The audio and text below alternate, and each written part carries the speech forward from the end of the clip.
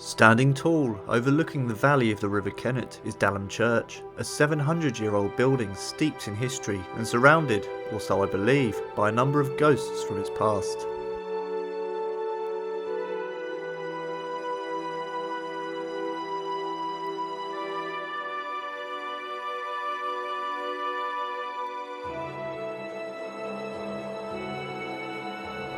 Built on the site of a Saxon church as mentioned in the Domesday Book, the current church of St Mary the Virgin has its origins in the early 14th century, with the construction of the chancel and nave, which to this day remain almost unchanged. It's from this period that some very rare wall paintings can be found inside the church, depicting the 7 deadly sins and the 7 mercies.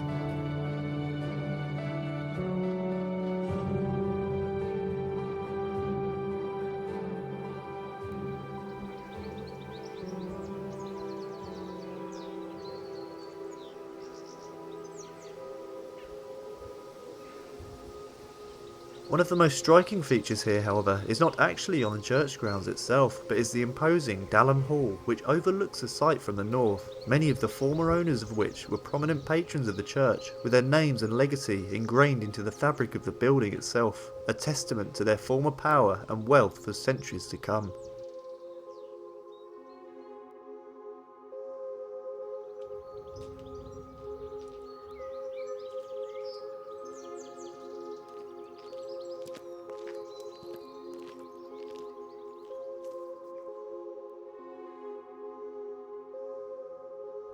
I first investigated the churchyard here back in 2020 with Jason Duke, and to be honest it wasn't a particularly active night.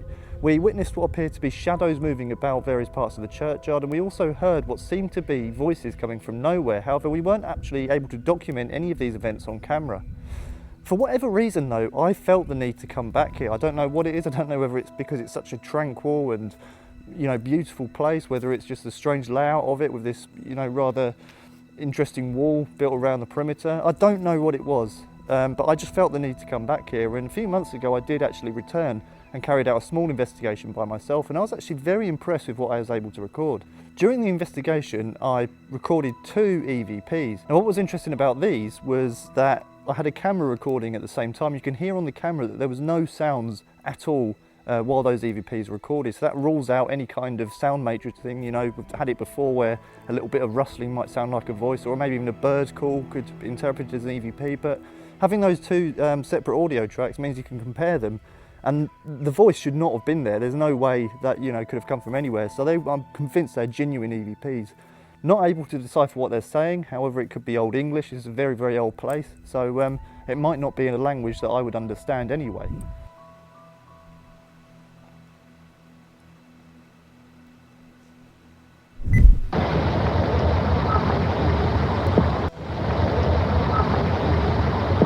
You just spoke then, and I did hear your voice. I heard whatever you said. Can you talk to me again, please?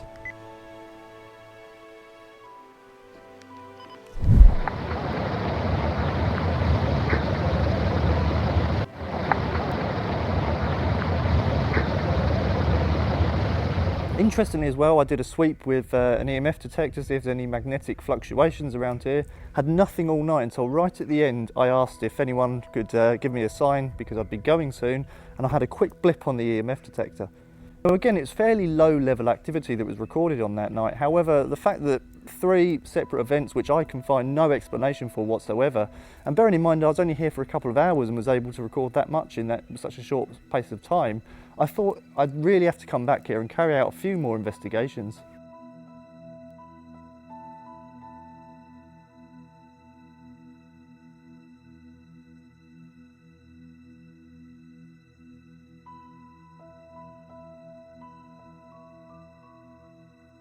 And because the churchyard's fairly local to me, it's only about a 25-minute drive away, I've got the privilege of being able to come here fairly often, and I thought instead of doing a single night investigation as we would conventionally do on an episode, what I'm going to do here is a succession of 3 investigations over a period of a few weeks. And I'm going to take into account weather conditions, any kind of atmospheric conditions, and see if any of that has an effect on the hauntings here. I've always been a very strong believer that there must be some kind of atmospheric variables that have some kind of an effect whether places are haunted or whether the activity is high or low. And And I thought it'd be an ideal place to sort of put that into practice and see if there are any links. Now, because of the last investigation I did here when I captured the EVPs, I was on my own. I'm going to be doing all 3 investigations here by myself. And again, it's possible that the amount of people present at sites, again, could affect the activity that occurs. But seeing as whilst I was by myself, I certainly had things happen, I thought it would make sense to continue that theme and carry out all 3 investigations alone.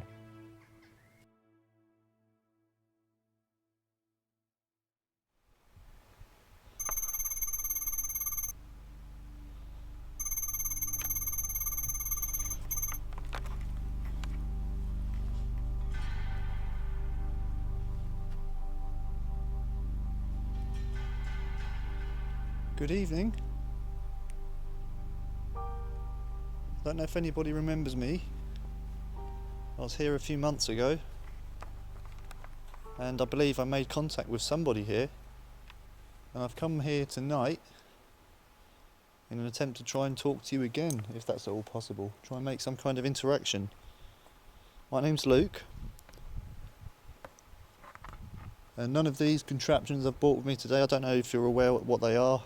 They're to record you, and so hopefully I can see you or hear you with them, but they're not going to harm you in any way. So I don't know what you know about the present day. There's definitely the sound of horses over there.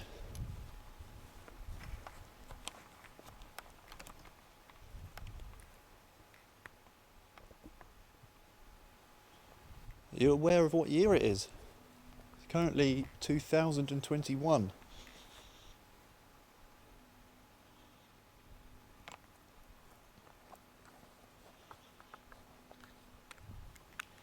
Can you speak into this? Tell me what year it is for you.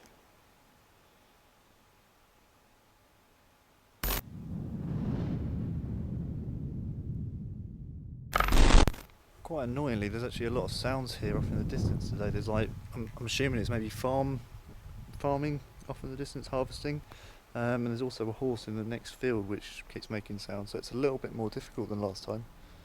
I'm aware of those sounds obviously, so I'm not going to confuse any of that for anything supernatural going on, but yeah, it just does make it a little bit more difficult.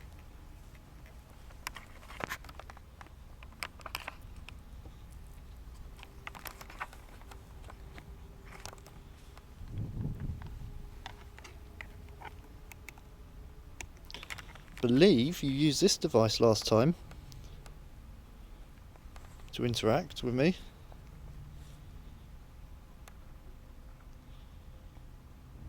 Do you think you could do that again? Can you come towards the device in my left hand, this box? Can you come and touch it?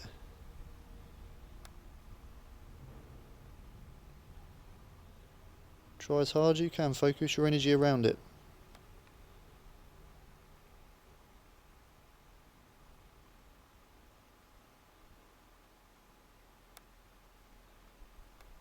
I know I've got some relatives buried in this churchyard. They used to live in the village, the Tabram family. Do you know of them?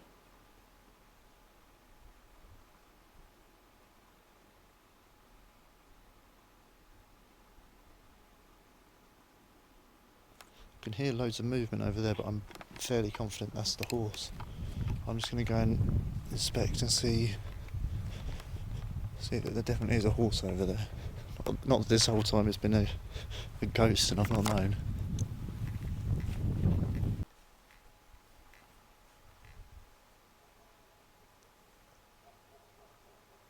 Can't see over the wall, unfortunately. There's obviously this is all collapsed. If I got down there I wouldn't be able to see over that hedge whether there's anything on the other side, but it's got to be a horse. It's been going on for so long.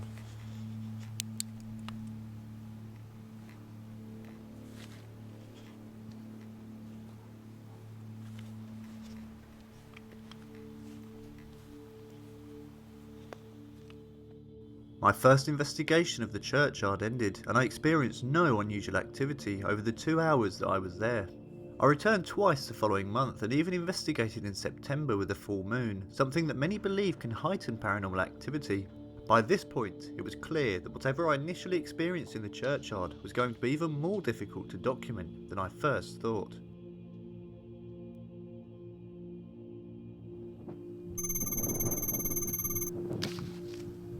Good evening.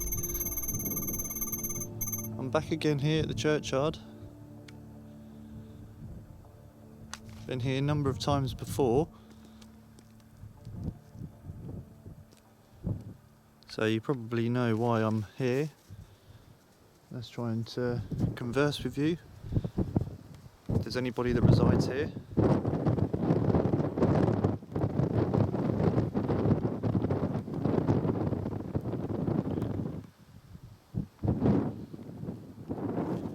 I've set up a little box on the floor over there. It's got a long antenna, a long metal rod sticking out of it. Are you able to try and interact with that somehow? Try and move around it. Likewise, if there's anybody here, this contraption I'm holding in my left hand, could you come towards this? Can you reach out and touch it? It may take a lot of your energy, but I'm here to try and see if anybody is in this churchyard.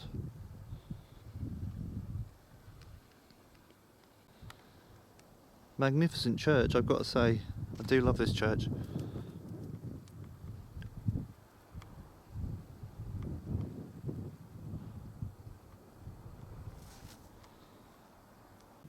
Come on, can you give me a sign if you're here? Anything at all?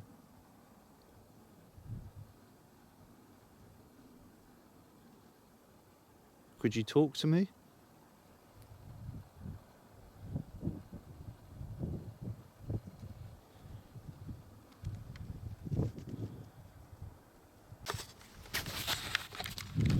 So obviously on my first visit here, I managed to record a few EVPs, so I brought my digital recorder along again, and I'm just going to roll that on and see if we can pick up anything.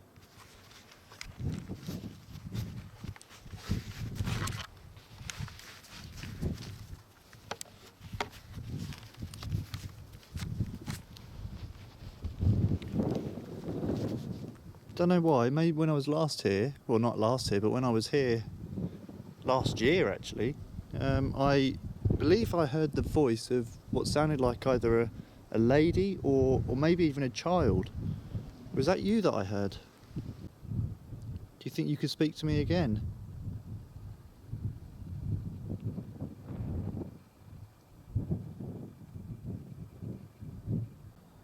You okay with me being here? Do you like visitors?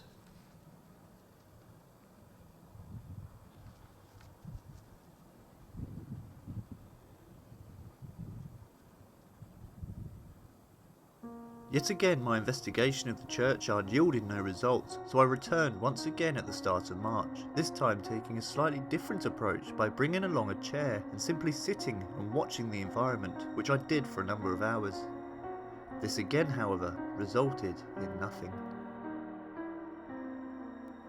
Now I'd be lying if I said I wasn't slightly disappointed that I didn't record anything at the Dalham Churchyard.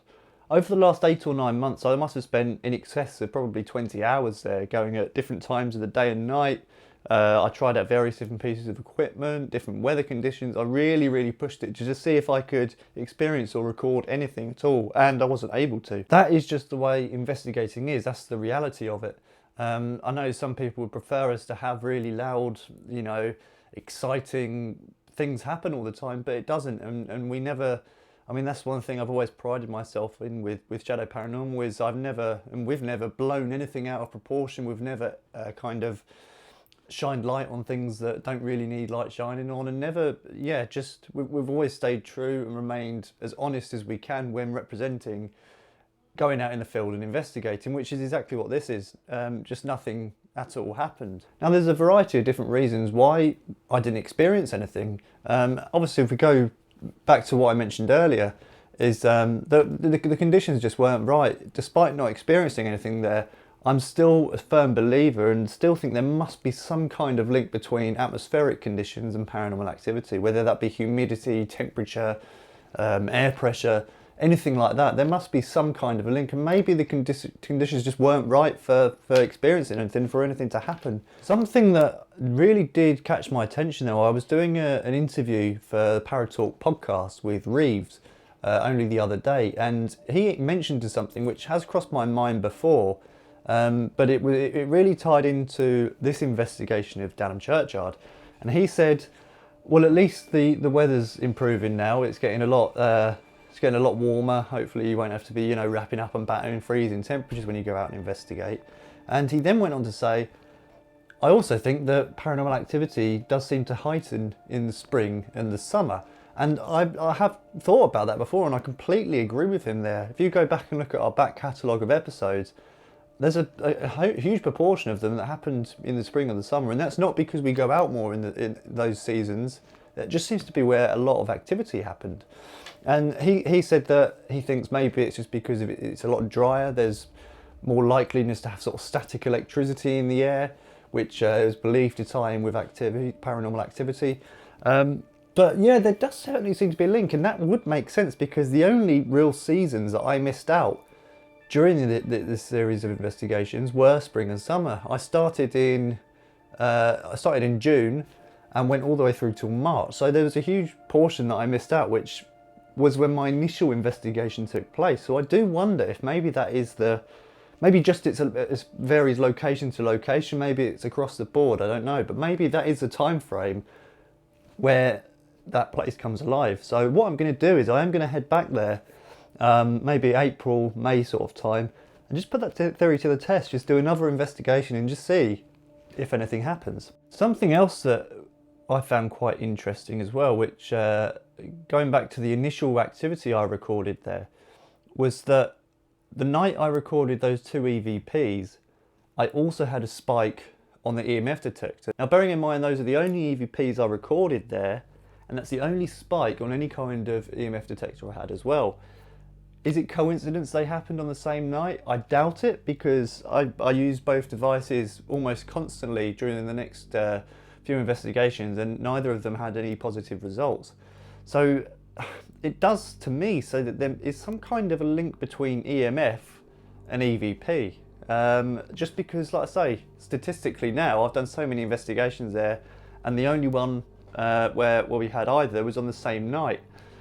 So that was quite interesting, and it did kind of, really does enforce that theory that the two are in some way connected. Now, although I didn't have anything happen whilst at the Dalham Churchyard, those investigations aren't wasted. I always think any investigations where there's no activity, they aren't wasted nights, because sometimes the absence of activity makes you ask more questions, as I have done now, being that I didn't investigate during the spring and summer during these series of experiments. So yeah, just because nothing happens doesn't mean it's wasted time. Sometimes it does make you ask more questions and keep you pushing forwards and wanting more.